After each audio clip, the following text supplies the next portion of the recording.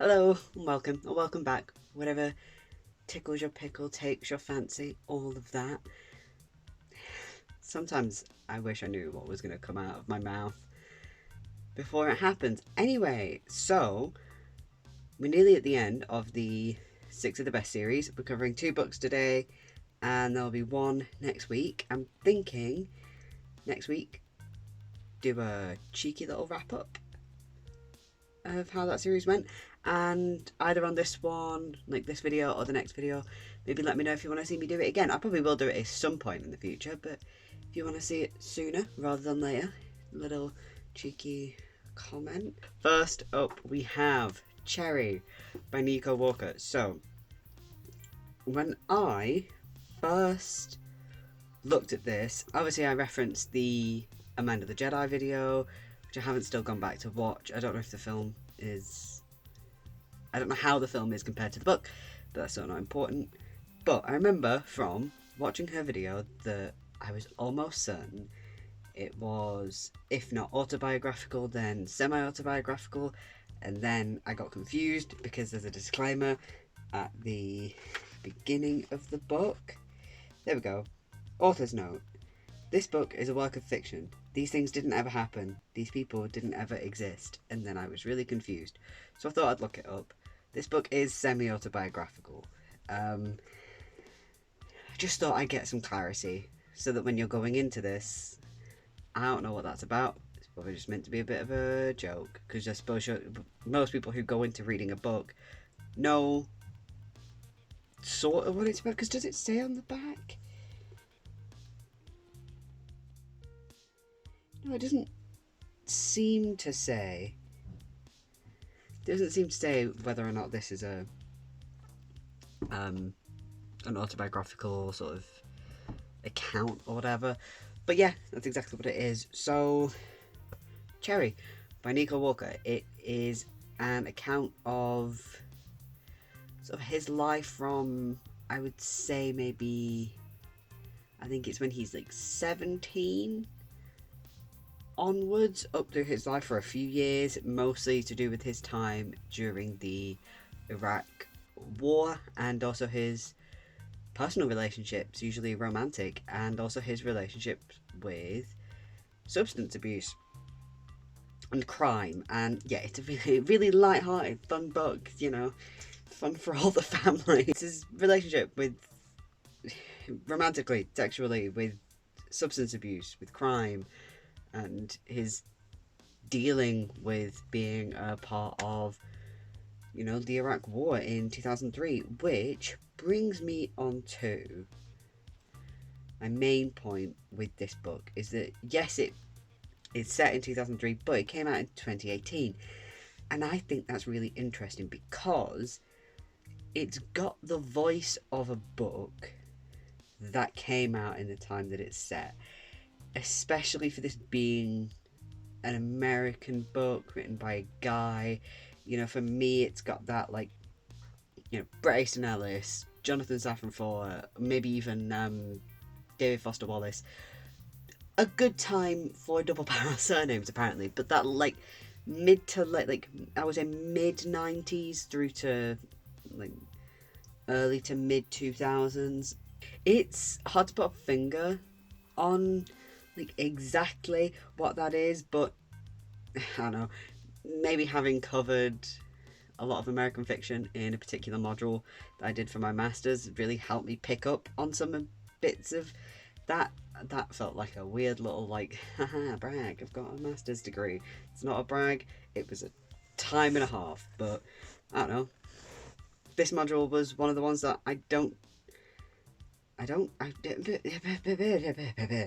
this was one of those modules where I, despite the fact that I didn't like all of the books, I found it really fascinating. This was like American fiction post 45. I think it might have been the American novel post 45. Something like that. But the stuff with like the late 90s and early 2000s really has this voice to it. It's sort of like a, I don't want to say journal because I think that sounds a bit, it either sounds really formal or it sounds like a teenage girl with the thing with a little locked away little journal and you keep it under your pillow. It's more like, I think diary is the right word in that case, of maybe journal is the right word and I'm just overthinking it, but it's not very much a description of the outside world. Obviously, actually I was about to say, obviously you sort of know well enough where a person is, but it is the most bare bones. Sometimes it will literally just be restaurant, and you have a vague idea that certain things within that restaurant space exist. It is not at all about the outside world, beyond occasionally things like the way things smell, or there's a taste in the air, or things like that. Yeah, it's very much more, it's all very internal. It is, thoughts, feelings, actions, and that's basically it. It's not a lot of rambling long sentences either. It's all very to the point, and it makes it kind of a strange read because it's accessible in that way. Short sentences, very easy, thought, think, feel, do kind of vibe to it, but it feels highbrow. I mean, disregarding the way some people miss the point with books like this, not like this, but probably as well, with books like American Psycho, having mentioned Bret Easton Ellis earlier, like, you might know what I mean if you've read it. Ignoring again the faux intellectualism, not of the people of not the people who read it, of certain people who read it, and of the, he's not a protagonist, but of the main character. The book itself, the actual sort of substance of the text, is still accessible, but it feels more, it feels higher. I don't want to say it feels intellectual because that just makes me sound like one of those guys who watches a little bit too much Rick and Morty, but like, that's the vibe. It's hard to not sound pretentious when I talk like this, but that's, I think, what this book does. It has an air of intelligence without sounding overly pretentious, which is what I quite like, but the fear for that with me is that this book gets into the hands of the I wish I was Tyler Durden from Fight Club type guys, because it would be so easy to miss the point with this. I just hope they don't get their hands on this book, because frankly, now, I don't mean this in any offense to Nico Walker as the person, but as the way he has portrayed himself, or totally not himself. You know what? He said that all these characters are fictional, so free game, I guess.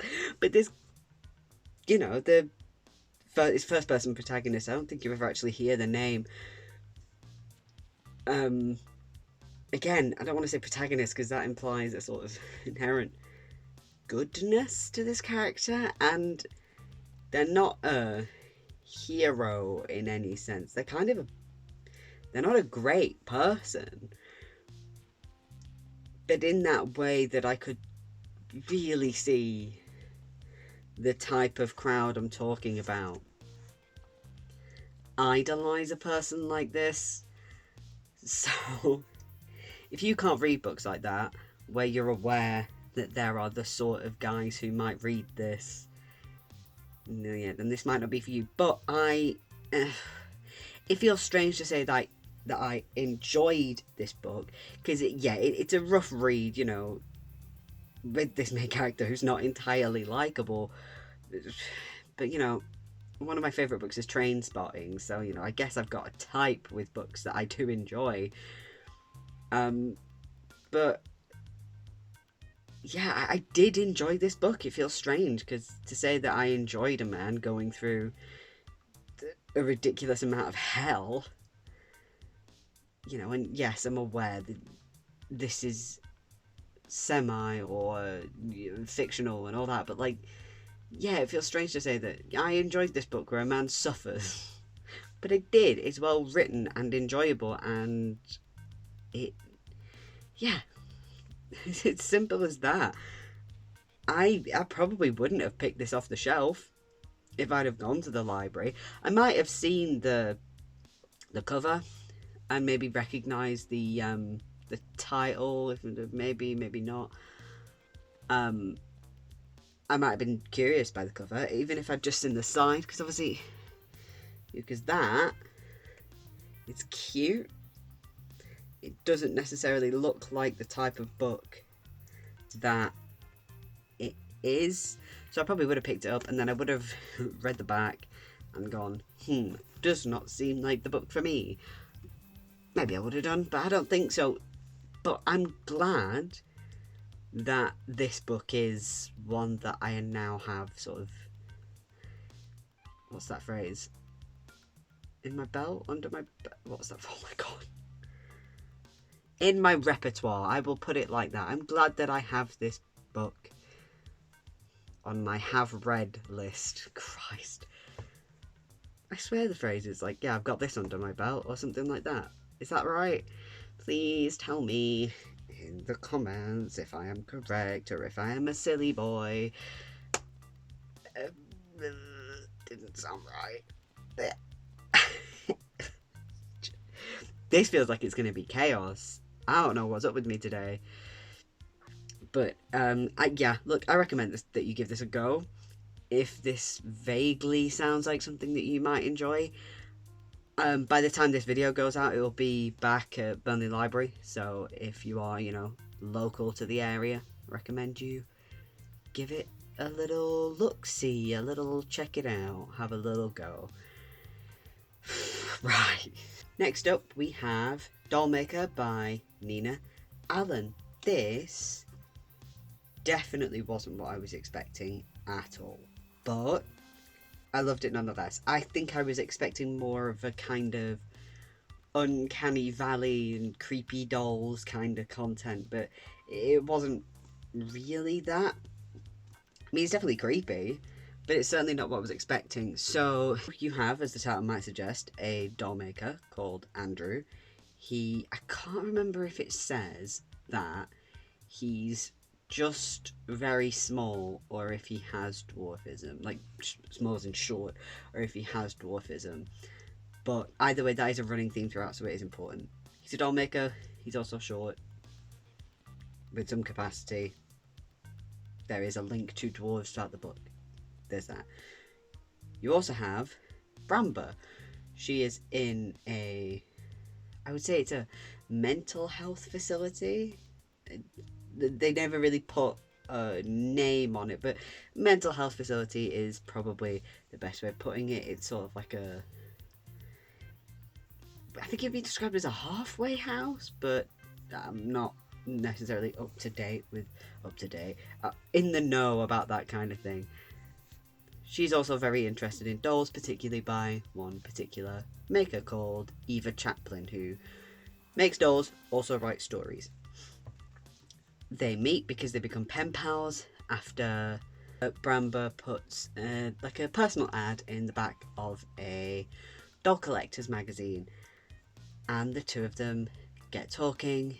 They sort of fall for each other, and Andrew makes a plan to come and at the very least come and see her, but he also wants to sort of try and find a way to get her out of the place that she's in and live their life together. And you sort of learn more about the reason she is where she is throughout the book. Now, this was unsettling in a really curious way, because like I was saying, I was expecting that uncanny valley creepy dolls come into life kind of thing. Not what it is at all. I was expecting magic in the general plot as well. I will get onto that in a minute, but in terms of the main plot with Andrew and Bramber, the magic is not really there, but it's also a bit confusing. So there's the main plot, there's just this feeling of unease with it, sort of trying to remain spoiler free here when Andrew is with the artist. That'll make sense if you do read it, which you should. They're when Andrew's with, the artist and they're talking to each other, it isn't horror. I think it's more terror. I think that would be the right way to put it, but it sort of sits under the skin, and it literally has sent shivers down my spine. At one point, there's this moment where they're in a hotel room, and it just, there's a particular line that the artist says, and it's so like casual, and it's more vulgar than this, but I'll try and keep it polite. I'm not annoyed at this book like I was last week. Actually, you know what? We're far enough into this that we can swear. So, like, the artist says, "So what? We fucked," or something like that, and that just like, it's not uncomfortable for any sinister reasons. Don't worry, everything's consensual and all that. That's not what I mean. It's uneasy for a very different reason. When you get to the point of that book, you will know. It's just, that line. And it did something to me in the worst kind of way, because I just like, I felt it all through my spine. I was just like, I don't like it. I don't like it at all. Also, peppered throughout the story, like the main plot line, are these short stories by a woman named Eva Chaplin, fictional both in this world and ours. Obviously, if it's fictional in the book, if it's fictional in a fiction book, it's going to be fictional. Anywho, basically, Andrew is reading some of these short stories to sort of, in a way, to connect to Bramber, because she loves Eva Chaplin as a dollmaker, as a storyteller, all of that. And, I think what really unsettled me with those was this unusual sense of time. I mean, obviously it's unsettling when you read them. You sort of pick up on parallels with both Andrew and Bramber's stories, but like as in their lives and all of that. But I was trying to remember throughout when Eva was supposed to have written these stories, because for the most part they have that fairy tale element and there's something almost timeless to them. But then occasionally there will be mentions of technology, and at first I thought I was missing something with that, but I'm almost certain that was in one of the short stories and I was just confused by it. But yeah, maybe I am. And to be fair, I'm a bit dense, so maybe it is just I was confused. But the thing is, this feeling of confusion made the book work really well. It's not hard to follow in a this is full of plot holes kind of way. Sometimes it's just it's confusing in a way that doesn't feel bad. It's more in that kind of way where I feel like I'm slamming into mirrors in a funhouse maze. And it's done so well. I think it's the sort of thing where I want to get my own copy of this so I can come back to it and fit pieces together that I might have missed in one reading. I think with books like this where, if you are going back with different perspectives and adding in these short stories, I think it is worth reading more than once. I just don't particularly have time for that in a week. So I do want to get myself my own copy of this because I just think it's fascinating. It's magical in a way that's sort of haunting but really enticing. I think if you like the podcast The Magnus Archives, I think you'll really like this book. And there are kind of similar parallels with that. Also, if you've read any of Angela Carter's fiction, I think you'll really enjoy that. Her fiction often has that similar kind of way of haunting you that this does. So, yeah. As with Cherry, you'll be able to find this at Birmingham Library by the time this video goes out. So I think it's well worth you going to find it, because if not, I'll get it out again and I will read it again. That is it for this week. Next week, we have the final of the 6 of the best. We have A Wolf for a Spell by Kara Sutton, or Kara. I'm not sure. I should probably look that up. I also have an audiobook that I found on BorrowBox. It's basically like a library service for audiobooks. I think you can get ebooks on there as well. But I found a book called Tender is the Flesh, and I believe that's the name of it. I will correct myself if not, but yeah, and they will be the books that I will be reviewing next week. Sorry, my brain just like fell out again. It keeps doing that all of the time. I wanted to say it keeps doing that today, but that would imply it doesn't do it every day. So, next week, A Wolf for a Spell and Tender is the Flesh. That'll be an audiobook. I don't think I've done many audiobook reviews on here yet, if any. But I don't have a good brain and I can't remember. I also have started my research on a video essay that I'm working on. I'm only partway through the research phase of that, and then obviously I've got to actually make a script, all that good stuff, but that will be out as soon as possible. I'm really hoping for an end of the month, beginning of next month kind of date, and I think I'm working on that. I think I should get there. Who knows? I'm not trying to like force myself. I don't have an actual deadline now, so it's not going to be a kind of sitting there till 3 a.m. going, please, I just need this research to be done and I need to write this essay because I'm not at uni anymore.